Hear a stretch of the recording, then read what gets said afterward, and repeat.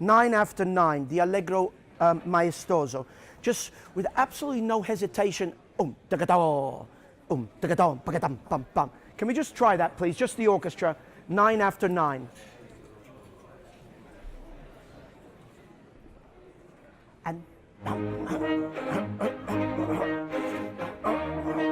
yeah, good. That to get that answering back and forth between the horns and the strings. That's very, very good indeed. A conductor listens, or should listen, on many different levels. There's the element of keeping balance. In opera, you have the internal balance of the orchestra, but you have to make sure that the singers are heard across the orchestra, and that's not such an easy thing, because in operas like by Verdi and Wagner, there's a lot of brass and a lot of noisy instruments, and you have to somehow measure everything, dose everything out. If the oboe is playing loudly, well, the trumpet has to play proportionately less so that we'll be still able to hear the oboe if the oboe's line is important. You know what I mean? And yet in the music, it might be written both forte, loud. It's not, doesn't work that way. You have to always find the balance. And I think that from the stage, I expect a lot of different things. I expect text clarity. I expect expression, conviction, that I see the thoughts in the eyes of the singers. So I'm listening for all those things as I'm conducting and going along, and expecting the right tempo, the right feel, the right groove from myself. So it sounds like a lot of things, but as you conduct for years and years and years, it becomes such a natural process that that's what the job is, really. Clarinets and bassoons, we've got to be careful in this Allegro 38 that the ends of the bars, da-dee, da-dum, da-dum, da-dum, da-dum, da-dee, da-dum, da-dum, that we don't push because they're very, very far away, yeah? Gentlemen of the chorus, now this Macbeth Ove, there has to be a little bit of give and take. We're going to help you out in the orchestra for the rhythm of this, but what I need your help with is is that on the long note you get static. You go Macbeth, Macbeth Ove, and then the second part of the bar is not convincing, and you sound like you're singing triplets. Okay. Now we're going to give you a little space to do that, but I need your cooperation on that, please, okay? Before you get to the orchestra alone rehearsals, hopefully you've had some contact with the singers and with the staging, so that when you get to the orchestra alone, you can give everything in your mind, and to them, to the musicians, a context, what we're trying to express. And of course, the orchestra alone rehearsals, you're dealing with so many, many different details.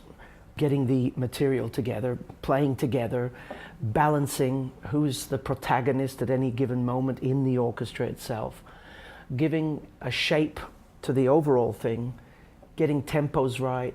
But the most important thing for me is just starting to give the orchestra a real feel for what the piece is about, what the atmosphere is. And in this case, when you're talking about Macbeth, there's a very particular atmosphere, and Verdi, with Shakespeare, always somehow grew as a composer, and in this piece it's so wonderfully evident.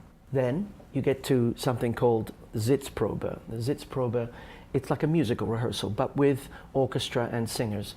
And you get an idea for tempos, for who needs what, how the breathing is really going to work of a singer.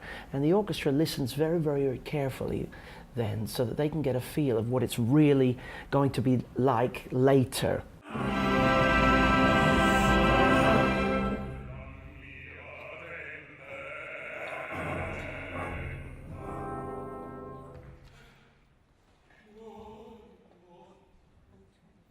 Then, of course, you get the stage orchestra rehearsals, which are the key rehearsals for the conductor. Because if the conductor is a theatrical conductor, he's working on many different strands, the technical necessities of the orchestra, getting it together with all the different placements of the chorus, the soloists. And in this opera, Macbeth, there's a lot of chorus, so it's quite tricky sometimes.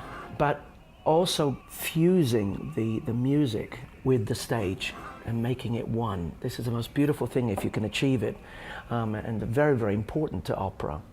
When everything is melded together, that the drama, the music, the intention, the dynamics, I mean loud, soft, whispered, declaimed. All those details are sorted out, and we're all singing from the same hymn sheet. It's a really quite wonderful thing. Macbeth is one of my favorite operas, and I don't exactly know why, but it's the combination of orchestral innovation, the many colors and the many silences of the piece. That's what's amazing. It's not only the music itself, but the silences in between the music are very eerie. I think Verdi has captured the world of the Macbeth family in this music. It's lurid, it's violent, it's extravagant, it's certainly dramatic. And then, of course, the Verdian trademarks of expansive melodies, and in this opera, rhythm is such an important element. Bite. Yeah, it has teeth.